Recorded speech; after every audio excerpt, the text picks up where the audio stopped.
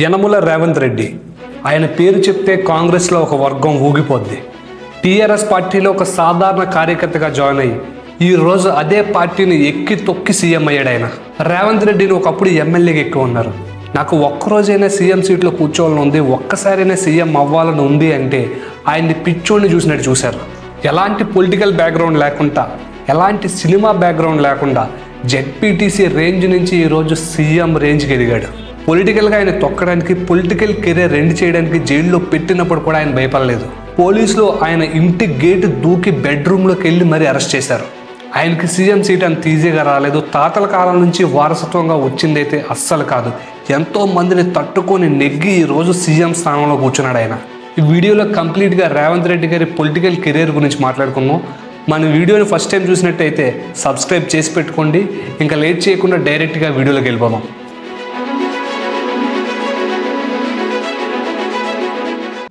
1969 November 8 Mahabub Nagar జిల్లాలో కొండారెడ్డిపల్లి అనే చిన్న విలేజ్లో పుట్టారు ఆయన 10th క్లాస్ వరకు కూడా కొండారెడ్డిపల్లిలో గవర్నమెంట్ స్కూల్లో చేశారు. ఇంటర్మీడియట్ వచ్చేసరికి ఒక ప్రైవేట్ కాలేజీలో చేశారు. అలాగే డిగ్రీ టైంకి ఏవీ కాలేజ్ ఆఫ్ ఆర్ట్స్ హైదరాబాద్లో చేశారు. ఆయన డిగ్రీ చదివే టైం నుంచే ఏబీవీపీ లీడర్గా, అలాగే స్టూడెంట్ యూనియన్ లీడర్గా కూడా పనిచేశారు. ఆ టైంలోనే ఆయనకి నాయకత్వ లక్షణాలు అనేవి బాగా అలవాటు పడ్డాయి.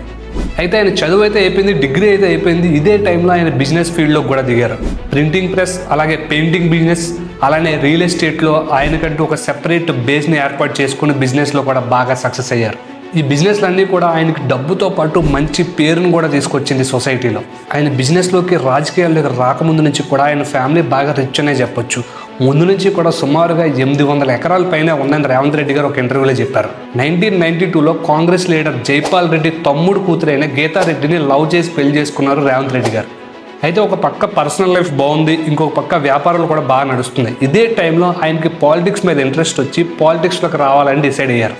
2000 నుంచి 2001 మధ్యలో రేవంత్ రెడ్డి గారి పొలిటికల్ కెరీర్ అనేది స్టార్ట్ అయింది. అయితే ఆయనకి రాజకీయాల్లోకి రావాలని ఉంది, కానీ ఏ పార్టీలోకి వెళ్ళాలని మాత్రం క్వశ్చన్ మార్క్. ఆయన ముందున్న పార్టీలు మూడే మూడు. 1 కాంగ్రెస్, 2 టీడీపీ, 3 అప్పుడే పుట్టిన టీఆర్ఎస్ పార్టీ. అయితే ఆయన ముందున్న ఈ 3 పార్టీల్లో కూడా ఆయన టీఆర్ఎస్ పార్టీనే చూస్ చేసుకున్నారు. 2001 టైంలో టీఆర్ఎస్ పార్టీలో జాయిన్ అయ్యారు. 2001 నుంచి 2004 వరకు టీఆర్ఎస్ పార్టీలో చాలా యాక్టివ్గా పనిచేశారు. పార్టీ బలోపేతానికి కూడా ఆయన చాలా బాగా పనిచేశారు. 2004 ఎలక్షన్స్ టైంలో కల్వకుర్తి అసెంబ్లీ సీట్ రేవంత్ రెడ్డి గారికి ఇస్తారని ఆశించారు. కానీ ఆ ఎలక్షన్స్లో కాంగ్రెస్ అలాగే టీఆర్ఎస్ కలిసి రావడంతో కల్వకుర్తి అసెంబ్లీ సీట్ కాంగ్రెస్ కైవసం చేసుకుంది. అయితే ఆయనకు ఎమ్మెల్యే టికెట్ ఇవ్వలేదని ఆయన వెనక్కి తగ్గలేదు, ఎక్కడ ఆగలేదు. టీఆర్ఎస్ పార్టీ కోసం పని చేస్తూనే ఉన్నారు. 2005లో జరిగిన సర్పంచ్ ఎలక్షన్స్లో కూడా చాలా యాక్టివ్గా పనిచేశారు టీఆర్ఎస్ పార్టీ తరపు నుంచి. ఇక్కడ 2006లో ఆంధ్రప్రదేశ్లో ఎంపీటీసీ అలాగే జెడ్పీటీసీ ఎలక్షన్లు అయితే వచ్చాయి. ఈసారైనా రేవంత్ రెడ్డి గారు జెడ్పీటీసీ సీట్ అయినా ఇస్తారని ఆశించారు. ఇప్పుడు కూడా టీఆర్ఎస్ పార్టీ రేవంత్ రెడ్డి గారిని పక్కన పెట్టింది. జెడ్పీటీసీ సీట్ ఇవ్వకపోవడంతో రేవంత్ రెడ్డి గారికి అర్థమైపోయింది 6 సంవత్సరాలు టీఆర్ఎస్ పార్టీకి పని చేసినా కూడా ఎలాంటి యూజ్ లేదు, పొలిటికల్గా కెరియర్ ఉండదు అని డిసైడ్ అయ్యి పార్టీకి రిజైన్ చేశారు రేవంత్ రెడ్డి గారు. అయితే టీఆర్ఎస్ పార్టీకి రాజీనామా చేసినా కూడా ఆయన ఆగకుండా 2006 అదే జెడ్పీటీసీ ఎలక్షన్స్లో మహబూబ్ నగర్ నుంచి జెడ్పీటీసీగా ఇండిపెండెంట్గా పోటీ చేసి భారీ మెజార్టీతో గెలిచారు.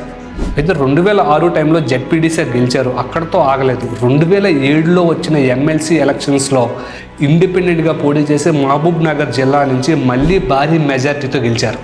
ఇప్పుడు 2007లో రేవంత్ రెడ్డి గారు ఎమ్మెల్సీగా గెలిచిన తర్వాత కేసీఆర్ గారికి అర్థమైంది రేవంత్ రెడ్డి గారి పవర్ ఏంటా అనేది.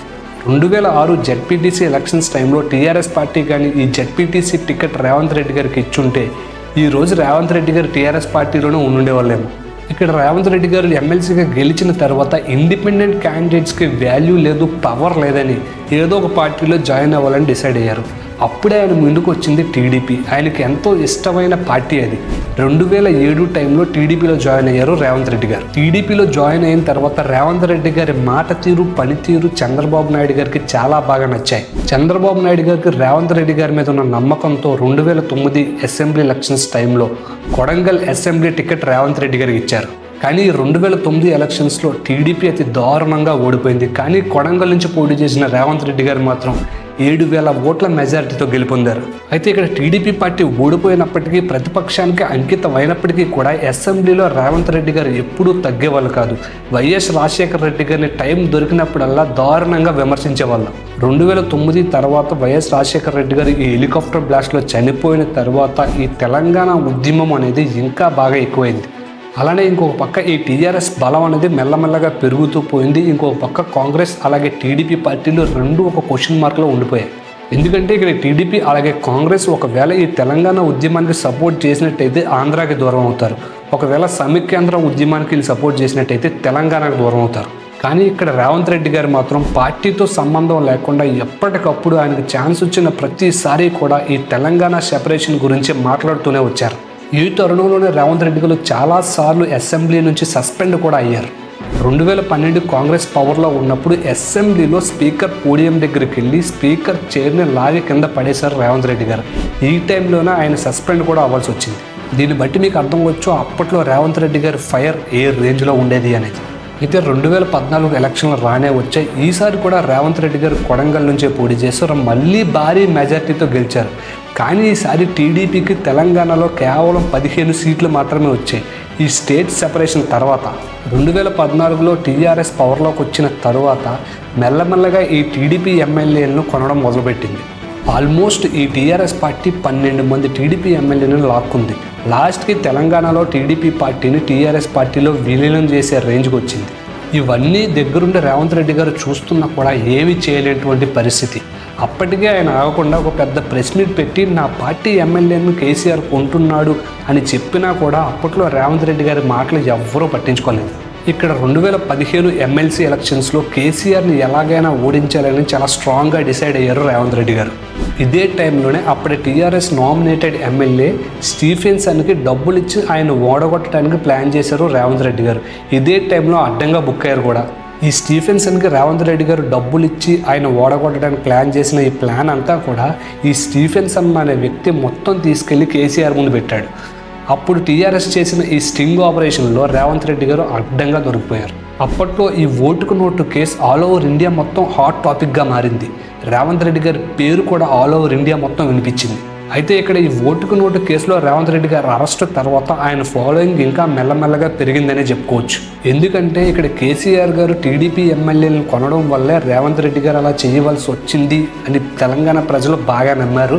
ఆయనకి సపోర్ట్ ఇచ్చారు కూడా. అయితే ఈ ఓటుకు నోటు కేసులో రేవంత్ రెడ్డి గారు అరెస్ట్ అయిన తర్వాత 14 రోజులు ఈ జైలు జీవితం గడిపి వచ్చిన తర్వాత ఆయన రిలీజ్ అయ్యారు. ఆయన రిలీజ్ అయిన టైంలో జనాలు వేలల్లో వెళ్ళారు ఆయన చూడడానికి. ఇంకొక పక్క ఏం జరుగుతుందంటే ఈ టీడీపీ ఎమ్మెల్యేలు మెల్లమెల్లగా టీఆర్ఎస్ పార్టీలో చేరిపోవడం స్టార్ట్ అయింది. టీడీపీ పార్టీలో ఉన్న స్ట్రాంగ్ లీడర్స్ లైక్ ఈ ఎర్రబల్లి దయాకర్ రావు అలాగే తలసాని శ్రీనివాస్ యాదవ్ ఇలాంటి వాళ్ళందరూ కూడా టీఆర్ఎస్ పార్టీలో చేరిపోయారు. లాస్ట్కి రేవంత్ రెడ్డి గారు ఒక్కలే మిగిలారు. 2014లో 15 ఎమ్మెల్యే సీట్లు ఉన్న టీడీపీ పార్టీకి 2016 వచ్చే టైంకి కేవలం 1 సీటు మాత్రమే మిగిలింది. అది కూడా రేవంత్ రెడ్డి గారు ఒక్కలే మిగిలారు. 2017 టైంలో రాహుల్ గాంధీ నుంచి రేవంత్ రెడ్డి గారికి పిలుపు వచ్చింది కాంగ్రెస్ పార్టీలో చేరమని. వెంటనే రాహుల్ గాంధీ గారి మాటకి రెస్పెక్ట్ ఇచ్చి రేవంత్ రెడ్డి గారు కాంగ్రెస్ పార్టీలో చేరారు. ఇంకొక పక్క రాహుల్ గాంధీ నుంచి పిలుపు వచ్చిన వెంటనే రేవంత్ రెడ్డి గారు ఈ టీడీపీ పార్టీకి రాజీనామా చేశారు. రాజీనామా పత్రాన్ని డైరెక్ట్గా తీసుకెళ్లి చంద్రబాబు నాయుడు గారికి ఇచ్చారు. వెంటనే చంద్రబాబు నాయుడు గారు ఆమోదం తెలిపారు. ఎందుకంటే చంద్రబాబు నాయుడు గారికి తెలుసు టీడీపీ పార్టీ తెలంగాణలో భవిష్యత్తు లేదు అని. ఇంకొక పక్క రేవంత్ రెడ్డి గారి పొలిటికల్ కెరీర్ బాగుండాలని ఆయన వెంటనే అంగీకారం ఇచ్చారు. అయితే ఇక్కడ కేసీఆర్ గారు ఆయనకు అసలు అపోజిషనే లేదనుకున్నారు. కానీ రేవంత్ రెడ్డి గారు ఆయనకు ఒక పెద్ద అపోజిషన్గా మారిపోయారు. కేసీఆర్ ప్రభుత్వాన్ని అలాగే కేసీఆర్ని రేవంత్ రెడ్డి గారు ఎప్పటికప్పుడు అసెంబ్లీలో క్వశ్చన్ చేస్తూనే వచ్చారు. ఇదే టైంలో ప్రజలకు బాగా దగ్గరయ్యారు రేవంత్ రెడ్డి గారు. ఇలా కేసీఆర్ చేసే ప్రతి దాన్ని రేవంత్ రెడ్డి గారు క్వశ్చన్ చేయడం స్టార్ట్ చేశారు. ఇక్కడ 2018 అసెంబ్లీ ఎలక్షన్స్కి మళ్ళీ రేవంత్ రెడ్డి గారికి కొడంగల్ నుంచి సీట్ కన్ఫర్మ్ అయింది. అయితే ఆల్రెడీ 2 సార్లు కొడంగల్ నుంచి గెలిచిన రేవంత్ రెడ్డి గారు ఈసారి కూడా గెలుస్తారులే అని చాలా ధీమాగా ఉన్నారు. ఇంకొక పక్క రేవంత్ రెడ్డిని ఎలాగైనా ఓడించాలి అని హరీష్ రావు, కేసీఆర్, కేటీఆర్ రంగంలో దిగారు. 2018 అసెంబ్లీ ఎలక్షన్స్ టైంలో కేసీఆర్ కాన్సన్ట్రేషన్ అంతా కొడంగల్ కాన్స్టిట్యున్సీ పైనే ఉంది. ఎలాగైనా రేవంత్ రెడ్డిని ఓడించాలి అని. రేవంత్ రెడ్డి లేకపోతే అసలు అపోజిషనే ఉండదు అని ప్లాన్ చేశారు. అయితే ఇక్కడ కొడంగల్లో రేవంత్ రెడ్డి గారికి సపోర్ట్గా ఉన్న వాళ్ళందరినీ మెల్లమెల్లగా కొనడం స్టార్ట్ చేశారు. ఇంకో పక్క కేటీఆర్ స్పెషల్గా కొడంగల్ అంతా తిరిగి మరీ ప్రచారం చేశారు. ఇంకో పక్క కేసీఆర్ కొడంగల్లో ఒక పెద్ద సభ పెట్టడానికి ప్లాన్ చేశారు. ఇదే టైంలో రెస్పాండ్ అయిన రేవంత్ రెడ్డి గారు కేసీఆర్ గారి ఒకవేళ కొడంగల్కి వచ్చినట్టయితే డైరెక్ట్గా నేనే వచ్చి అడ్డుకుంటాను అని ఓపెన్గా చెప్పారు.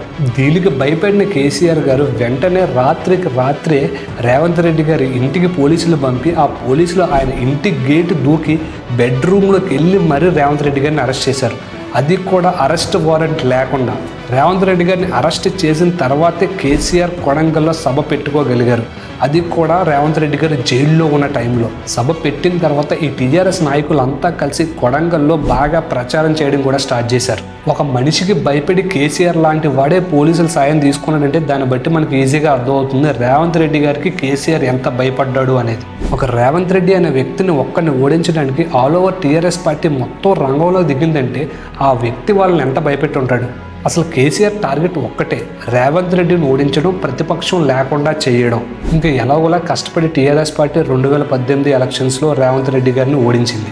అయితే ఈ ఎలక్షన్స్లో కాంగ్రెస్ పార్టీకి కేవలం 19 సీట్లు మాత్రమే వచ్చాయి. అయితే రేవంత్ రెడ్డి గారి లైఫ్లో ఫస్ట్ టైం ఓడిపోయారని చెప్పుకోవచ్చు. ఓడిపోయారని కూడా అనకూడదు, కష్టపడి ఓడగొట్టారనొచ్చు. అయితే 2018 ఎలక్షన్స్ తర్వాత టీఆర్ఎస్ పవర్లోకి వచ్చింది, రూలింగ్ కూడా స్టార్ట్ చేసింది. రేవంత్ రెడ్డి గారు ఎమ్మెల్యేగా ఓడిపోయిన తర్వాత అక్కడితో ఆగలేదు. 2019లో ఈ పార్లమెంటరీ ఎలక్షన్స్లో కూడా కంటెస్ట్ చేశారు. అయితే 2019లో కాంగ్రెస్ పార్టీ నుంచి మల్కాజ్గిరి కాన్స్టిట్యున్సీ నుంచి రేవంత్ రెడ్డి గారికి ఎంపీగా సీట్ వచ్చింది. ఈ మల్కాజ్గిరి ఏరియా అంతా కూడా టీఆర్ఎస్ పార్టీకి కంచు కోటలాంటిదని చెప్పొచ్చు. ఇలాంటి ప్లేస్ నుంచి గెలవాలని ఫిక్స్ అయ్యారు రేవంత్ రెడ్డి గారు. ఈసారి కూడా మళ్ళీ రేవంత్ రెడ్డి గారిని ఎంపీగా కూడా ఓడగొట్టడానికి టీఆర్ఎస్ పార్టీ చాలా ట్రై చేసింది, కానీ ఈసారి కంప్లీట్గా ఫెయిల్ అయింది. 2019 పార్లమెంటరీ ఎలక్షన్స్లో మల్కాజ్గిరి నుంచి రేవంత్ రెడ్డి గారు భారీ మెజార్టీతో గెలుపొందారు. 2019లో రేవంత్ రెడ్డి గారు ఎంపీగా గెలవడంతో ఆయన పేరు ఆల్ ఓవర్ ఇండియా మొత్తం వినిపించింది. అలాగే రాహుల్ గాంధీ గారికి చాలా బాగా దగ్గరయ్యారు ఈ టైంలోనే. ఎంపీగా గెలిచిన తర్వాత రేవంత్ రెడ్డి గారి స్పీడు జోరు ఇంకా పెంచారు. ఓపెన్గా ప్రెస్ మీట్ పెట్టి కేసీఆర్ ఆక్యుపై చేసుకున్న ల్యాండ్ గురించి డీటెయిల్గా మీడియా ముందు పెట్టారు. అలానే టీఆర్ఎస్ పార్టీ నాయకులు చేస్తున్న కరప్షన్స్, అలాగే డ్రగ్స్, అలానే ఈ పేపర్ లీక్స్ గురించి ఓపెన్గా ప్రెస్ మీట్ పెట్టి మరీ క్వశ్చన్ చేసేవారు రేవంత్ రెడ్డి గారు. ఈ టైంలోనే రేవంత్ రెడ్డి గారు తెలంగాణ ప్రజలకు బాగా దగ్గరయ్యారు. రేవంత్ రెడ్డి గారిని ఒక హీరోగా చూడడం స్టార్ట్ చేశారు. రేవంత్ రెడ్డి గారు ఎక్కడికి వెళ్ళినా జనం లక్షల్లో రావడం, ఏ మీటింగ్లో కూడా సీఎం అని అరవడం, ఈ విధంగా రేవంత్ రెడ్డి గారిని ఒక హీరోగా మార్చేశారు. ఈ రేవంత్ రెడ్డి గారి క్రేజ్ అవ్వచ్చు, ఫాలోయింగ్ అవ్వచ్చు, కాంగ్రెస్ పార్టీలో ఎప్పటి నుంచో ఉన్న పాత నాయకులకి అస్సలు నచ్చలేదు. ఎందుకంటే కాంగ్రెస్ పార్టీలో చేరిన కొన్ని సంవత్సరాలకే సీఎం క్యాండిడేట్గా ఎదగడం అనేది చిన్న విషయం అయితే కాదు. అయితే 2023 ఎలక్షన్స్ రానే వచ్చాయి. ఈ ఎలక్షన్స్లో మళ్ళీ రేవంత్ రెడ్డి గారు కొడంగల్ నుంచే పోటీ చేసి మళ్ళీ భారీ మెజార్టీతో గెలిచారు. ఆయన గెలవడమే కాకుండా కాంగ్రెస్ పార్టీకి 64 సీట్లు వచ్చాయి. రాహుల్ గాంధీ గారు రేవంత్ రెడ్డి గారిని సీఎంగా అనౌన్స్ చేశారు, సీఎం కుర్చీలో కూర్చోబెట్టారు. రేవంత్ రెడ్డి గారు సీఎం అవడం కాంగ్రెస్ పార్టీలో ఉన్న చాలా మంది నాయకులకి నచ్చలేనప్పటికీ కూడా వాళ్ళు ఏం చేయలేనటువంటి పరిస్థితి. అయితే ఇక్కడ కేసీఆర్ గారు ఏదైతే జరగకూడదు అనుకున్నారో అదే జరిగింది. లాస్ట్గా రేవంత్ రెడ్డి గారు సీఎం అయిపోయారు. ఒక జెడ్పీటీసీ స్టేజ్ నుంచి ఈరోజు సీఎం స్థాయిలో కూర్చోవడం అనేది చిన్న విషయం అయితే కాదు. టీఆర్ఎస్ పార్టీలో సాధారణ కార్యకర్తగా చేరి ఈరోజు అదే పార్టీని ఎక్కి తొక్కి సీఎం అవడం కూడా చాలా గొప్ప విషయం. ఎలాంటి పొలిటికల్ బ్యాక్గ్రౌండ్ లేకుండా ఇంత స్థాయికి చేరుకున్నాడు. పవర్ రావడం ఈజ్ ఓకే, పవర్ వచ్చిన తర్వాత ఆ పవర్ని ఎలా యూజ్ చేసుకుంటారనేది మెయిన్ ఇంపార్టెంట్. రేవంత్ రెడ్డి గారి రూలింగ్ గురించి ఫీడ్బ్యాక్ ఇవ్వాలంటే ఇంకో 1 year అయినా మనం వెయిట్ చేయాలి. రేవంత్ రెడ్డి గారు తెలంగాణ రాష్ట్రానికి మంచి రూలింగ్ అందించాలని మనం అందరం కోరుకున్నాం. ఈ వీడియో కానీ మీకు ఇన్ఫర్మేటివ్ అనిపించినట్టయితే మీ ఫ్రెండ్స్ అండ్ ఫ్యామిలీకి షేర్ చేయండి. సబ్స్క్రైబ్ చేయకపోతే చేసి పెట్టుకోండి. మన నుంచి ఎప్పటికప్పుడు ఇలాంటి ఇన్ఫర్మేటివ్ వీడియోస్ వస్తూనే ఉంటాయి. Thank you. జై హింద్.